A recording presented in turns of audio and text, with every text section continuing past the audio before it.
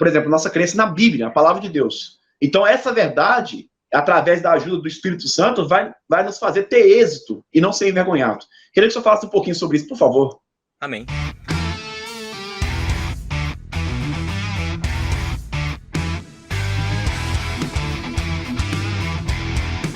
Amém. Pergunta muito pertinente, muito importante. A gente falar sobre tentar falar com um ateu, ou um ateu, de fato, porque existem alguns níveis e tipos de ateus. Existe aquele ateu que é tranquilão, simples, que ele só não crê em Deus. Pronto, ponto final. Ele não vive no delírio mental, uma neura mental de querer te convencer que Deus não existe. Existe apenas o ateu do lado negativo, que nega. Existe o ateu que nega para afirmar que está negando que ele não existe. Traduzindo, existe o ateu A, de negação, que não crê na existência, e ele vive tranquilo com isso, de boa, não fica infernizando na vida de A, B ou C. E existe o militante. O que é o militante? O militante é aquele que tem o ônus da prova de que vai provar para você que Deus não existe. Vai tentar. E não se pode um ateu provar que Deus não existe. Ele pode especular, ele quer dar o ônus da prova. Então, para você, veja os dois níveis. O que não crê em Deus e está vivendo tranquilamente, esse você possa chegar junto.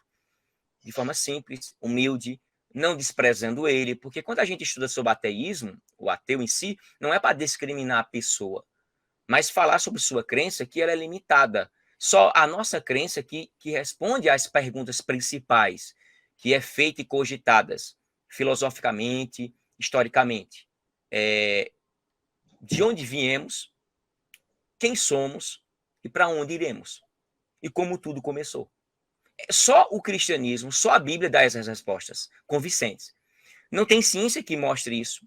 Não tem sistema filosófico que possa responder isso. Então, se um cristão ele for pregar ou falar para um ateu militante, tipo, desses que tem canais no YouTube, desses que são doentes, nem vá, você vai perder seu tempo.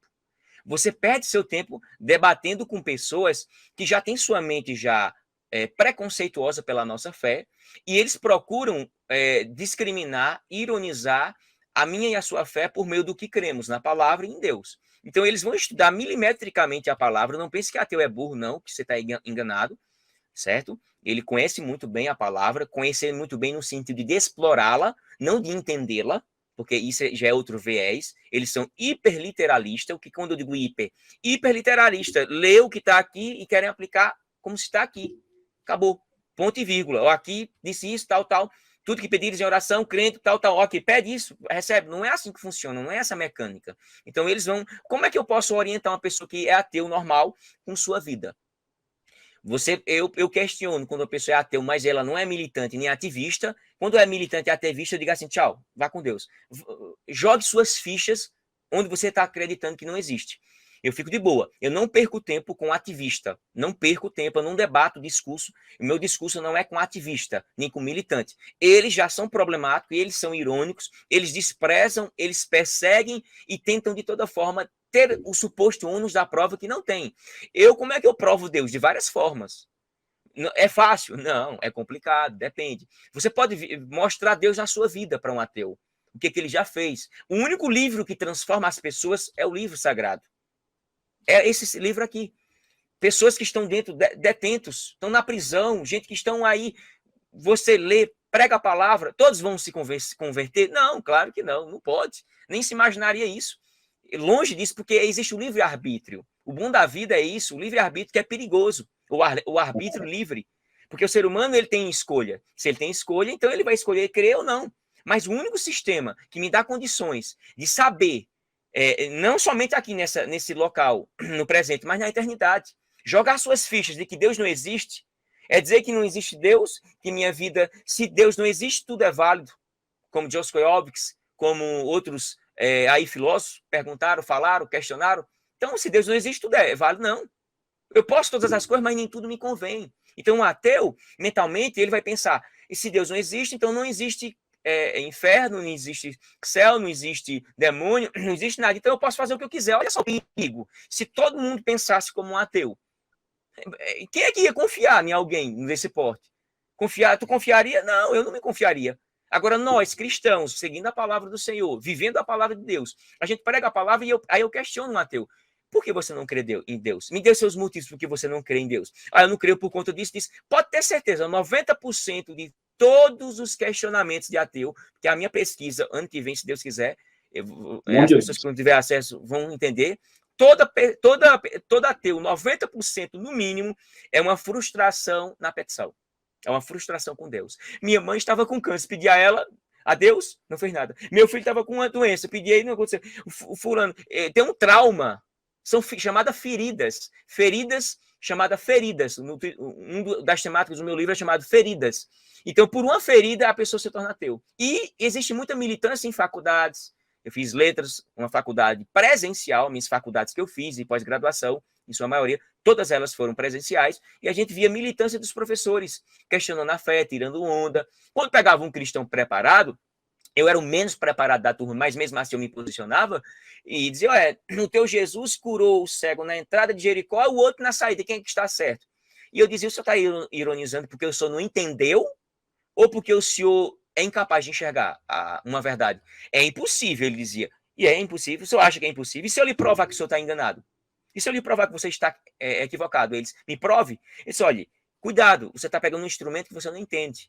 Quando disse no Evangelho, Mateus, Marcos, Lucas, que diz que Jesus curou na entrada de Jericó e o outro na saída, é porque existia o velho Jericó e o novo Jericó. Então, na perspectiva de um autor, na hora que ele está curando na entrada, na outra na saída. Então, acabou-se. E arqueologicamente, você pode provar isso aí, historicamente você pode comprovar. E ele ficou assim todo perdido, porque eu tinha argumentos para ele. Mas para um cristão leigo, que só tem uma leitura superficial, a crise de papagaio louco, só escuta o que os outros falam, pregam e não pesquisa, não afunilam. Eu sou crente desde criança. Mais de 3 décadas sendo cristão, lendo a palavra todos os dias. Dezenas de vezes já li a Bíblia, de Gênesis Apocalipse, mais ainda o Novo Testamento. Eu leio, eu estudo, eu me aprofundo para entender o que está ali. Quando eu não entendo, eu deixo reservado essa pergunta, essa dúvida. Ter dúvidas é natural. Duvidar, não. O cristão pode ter dúvidas? Claro que sim. Nós sabemos tudo? Não. Então, a recomendação que eu dou para um cristão é, você não sabe tudo, então diga para o ateu, eu não sei todas as coisas, eu não tenho todas as respostas, mas o que eu sei eu vou compartilhar com você. Você permite abrir seu coração? Sim, beleza. Mas não faça isso com ativista e militante, que é perca de tempo, em sua maioria. Glória a Deus. Professor, que Deus te abençoe. É isso mesmo, exatamente, queridos. Muito tremendo o que o professor está me dizendo, né? E aí eu estou me lembrando de muitas coisas, mas eu quero dizer para vocês alguns pontos que ele aí falou que me chamam muita atenção. O primeiro deles se você quer, entre aspas, defender sua fé, né? Vai com amor. Primeiro ponto. Vai com amor, não vai para debochar, não vai para ele ficar mais nervoso com você, com ódio, né? Vai com amor. Ateu é muito sentimental, pode ter certeza. Eles são durões, mas são sentimentais. Se você chegar com amor, com carinho, com desejo de mostrar sua visão, sua experiência, viva a palavra primeiro antes de pregá-la. Eu tive a oportunidade, né? Eu tive a oportunidade de falar com esse segundo professor aqui de Cuiabá, né? É a capital de Mato Grosso. E eu louvo a Deus porque ele falou horas, umas 2, 3 horas, debochando, falando algumas coisas, usando algumas coisas da Bíblia para... É modinha agora, é modinha. Entendeu? Para sua aula, e eu só observando aquilo ali. Aí depois o Espírito Santo foi tocando meu coração, e parece que o próprio Espírito Santo nos impulsiona a falar assim, ó, pregue para ele, né? Talvez ele nunca vai entrar na igreja, mas aqui, ó, do mesma forma que ele está dentro de uma sala de aula, impróprio para falar daquela coisa ali, né? Porque ele era para dar aula no setor onde que ele foi pago. Já que ele está ali nesse sentido, né? Deus também te trouxe ali, talvez, para você ser um canal de bênção, para pregar a verdade e essa verdade libertar ele. Então, amém, seja usado nesse sentido. E eu chamei ele no intervalo, professor Marcos, conversei com ele cerca de 15 minutos. Ele falou umas 3 horas. Eu conversei com ele cerca de 15 minutos. Fiz algumas perguntas, interagi com ele, e ele não teve argumento para a glória de Deus. Não teve argumento em tratar, a ponto de que 5 pessoas que estavam no intervalo conosco na sala de aula, eles olharam aquilo ali, e tinha 3 crentes no meio, cristãos, e começaram também a pegar esse ânimo, né? E ele não teve argumento. Depois, eu fui embora, e aí que ele tentou falar alguma coisa, mas ele já tinha ido embora. Mas eu olhei para dentro do olho dele e preguei com amor, com o poder de Deus, né? Que sair com você. É igual o pastor falou, Espírito, né? É igual o professor falou, você falar com autoridade, né? Falar com a direção do Espírito Santo e com amor. Pois bem, outra coisa que me chamou atenção, que eu ressalto aqui para os irmãos, a nível de aprendizado, é que o professor falou, a maioria desses ateístas, eles já teve algum tipo de frustração, e nessas frustrações, eles bloquearam o seu coração, trancaram o seu coração, e por isso eles querem de tudo rebater, falando que Deus não existe.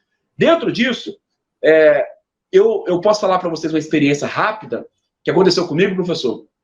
Eu fiz um evangelismo, eu e mais um diácono, na época nós era diácono, né?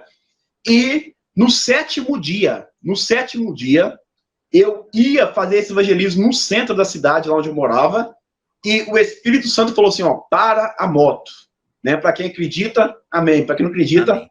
Fazer o quê? E aí, para a moto. Eu parei a moto antes de chegar no centro, pela primeira vez dos 7 dias, e o Espírito Santo tocou no meu coração para mim pregar, evangelizar para uma mulher que estava, como eu posso dizer, vendendo o corpo para aqueles caminhoneiros, né? Ficando ali, querendo alguma coisa com eles, etc. E aí eu conversei com ela. Mas o diácono, eu falei assim, diácono Jefferson, fica em espírito, fica ligado, em oração. E quando eu cheguei perto dessa mulher, eu falei assim, boa noite, senhora. Ela já me xingou de tudo que é nome, xingando. Eu não quero vocês aqui, não. Eu odeio cristão, eu odeio crente. Eu falei, misericórdia. Eu falei, não, deixa eu conversar com a senhora, posso conversar? Não me chama de senhora. Eu falei, tá bom, deixa eu conversar com você. Resumindo, essa mulher estava com muito ódio, estava possessa de demônios. A gente pode falar um pouquinho sobre isso também, porque uma coisa existe aquele tipo de ateus que de fato endurece o coração, etc. Até sem ajuda de demônios. É porque não quer mesmo. Eu creio que a militância, eu creio que seja um empurrão